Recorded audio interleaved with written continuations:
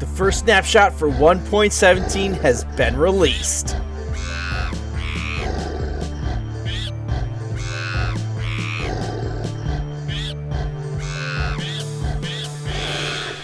Hello again, skunkmunkee here, and today we are looking at the very first snapshot for 1.17. This is 20W45A, and they've added some things into Minecraft, and I am so excited to be here. This is amazing. All right, so let's jump right in to what they've added. So, candles. There's candles in the game. Yep, candles, and there's lit and unlit versions, and you can stack them up to 4, kind of like sea pickles, which is pretty cool. And then if you get a flint and steel, you can, oops, I need the flint and steel, you can light them. Ah, so cool, so cool, so cool. Also, let's get a water bucket.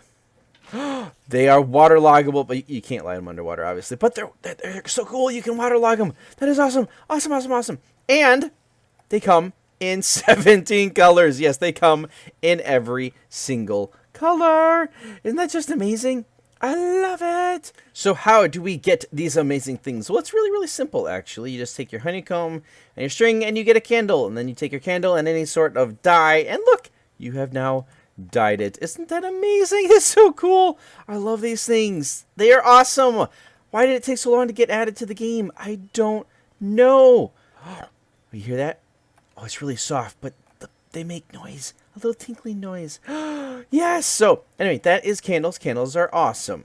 And now on to this beautiful structure in front of me, this amethyst geode. And we'll work from the outside in. So right here we have tuff, which is a type of block that is outside of the geode. It's kind of like a casing around it, which is really, really cool. Next up we have calcite, which is kind of a barrier between the tuff and the actual amethyst blocks. And then once we get in here, you've got our actual block of amethyst, and these are so neat, so neat. And you can actually craft these ones. So if you have your amethyst, not amethyst shards, amethyst, yeah, shards, not clusters, you can actually just craft it just like that. Woohoo! We have our own. So that is pretty stinking cool. But then you'll notice that some of these have like a crack on them. See, that one's kind of cracked. These are solid, cracked. Those are the little ones that will actually bud out. So they are budding amethysts. Yes, they are. Haha, so cool. Oh, I'm so excited to be in here. And they will start growing these little things. So we got a little small amethyst bud here. We got a large one. You can get a medium one. Are any of these medium ones? There we go, medium. So those are the 3 different sizes right there. And you can actually get these with Silk Touch, which is really, really cool. But then right here, you've got your actual amethyst cluster. So let's go ahead and grab that. And this right here will drop your amethyst shards. And it also emits light, which is really cool. Not a lot of light, but it does drop some. So that's really neat. I love it. So Silk Touch will get you this. Breaking it will get you the shards. And then if you use Silk Touch, you can get these blocks of amethyst. But the budding ones, these ones right here, they can't be moved. They will drop absolutely nothing. So they gotta stay here. You gotta come here if you want to get your amethyst shards. So that is really, really cool. Oh, this is so cool. I love it. I'm just having so much fun. So yeah, let's move on to what you can do with your shards. So the very first thing that you can do with a shard is, of course, the spyglass using the new copper ingot. Oh, it's so cool. I love it. Oh, that's so neat. I like it. I like it. I like it. It's a little different than, of course, than Optifine. Wow, it actually zooms in further than Optifine, but look at that. That's so cool. Oh, that's amazing. I love it. Anyway, also, what can you do with this? Well, this is really, really cool thing right here. Tinted glass. Now, you have to use clear glass, not any type of stained glass. But what does tinted glass do?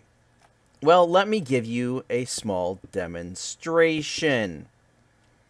Like that. It does not let any light through. Actually, look at that. It doesn't even let those particles. What? That's crazy.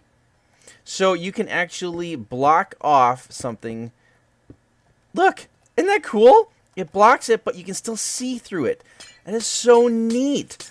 I don't even have a clue how they came up with that. That is such a neat concept, and I am so looking forward to having my mob farms with this stuff so that I can actually have it where it's dark inside and light outside, but I can see what's going on. It is so cool. I love it, love it, love it. Before we move on, I did want to mention, though, with the candles, you can, of course, put them on a cake.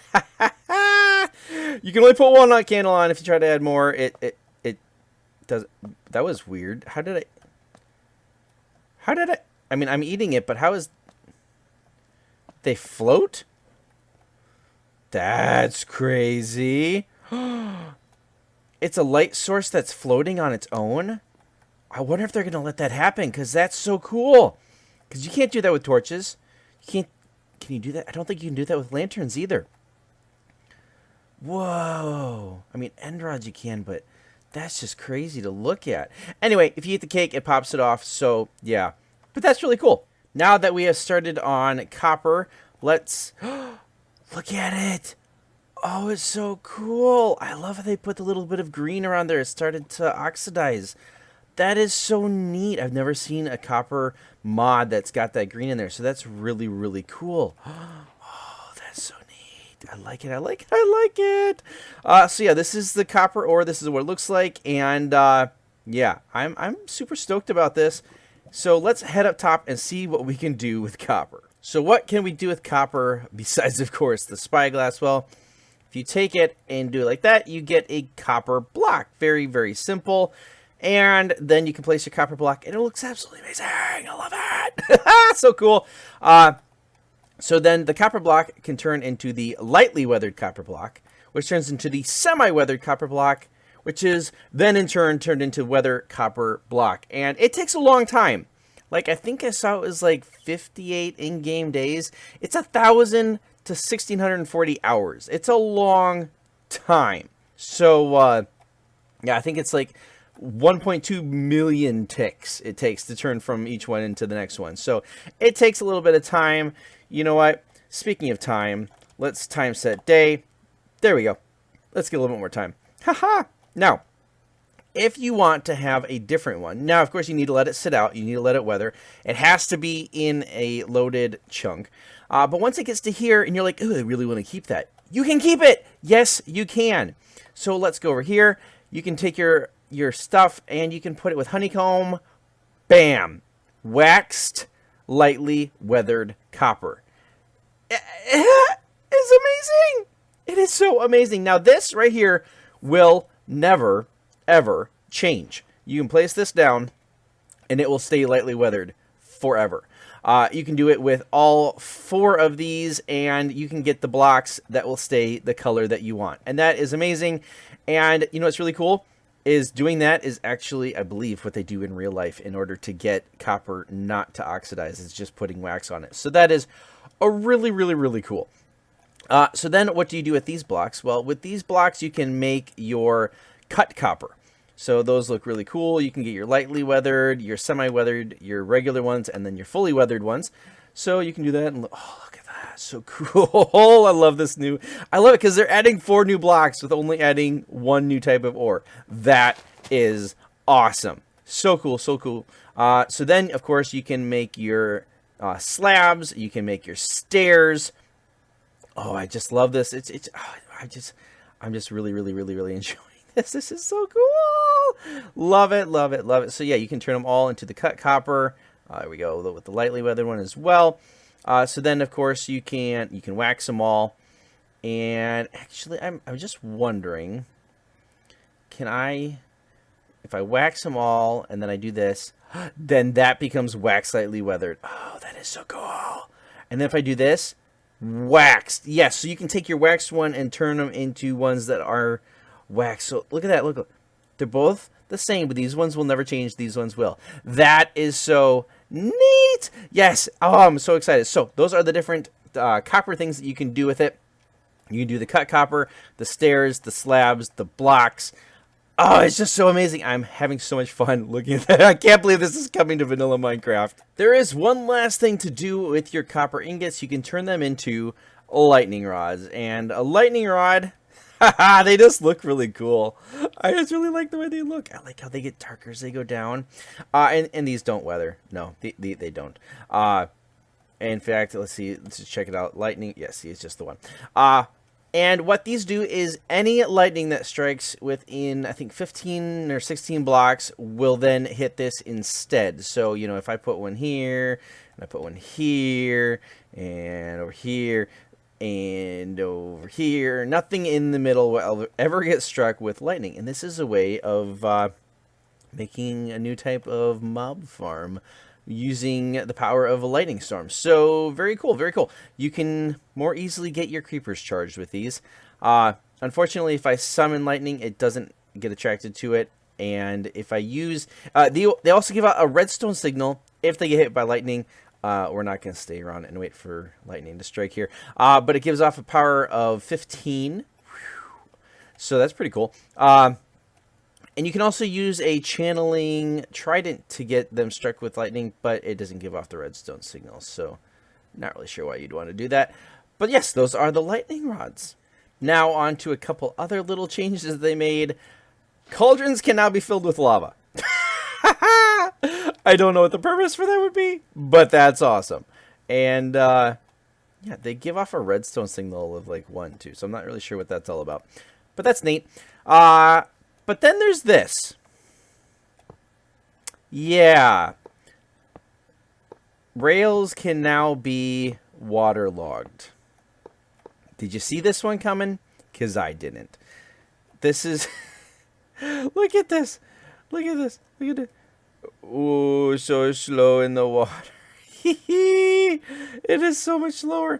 But you can actually go into water. This has been so long coming. I'm so excited that they finally added this. I don't know why it took them this long, but you can finally do it, and it is amazing, and I'm so happy. This is probably one of the happiest things, and I'm glad that they're finally doing it.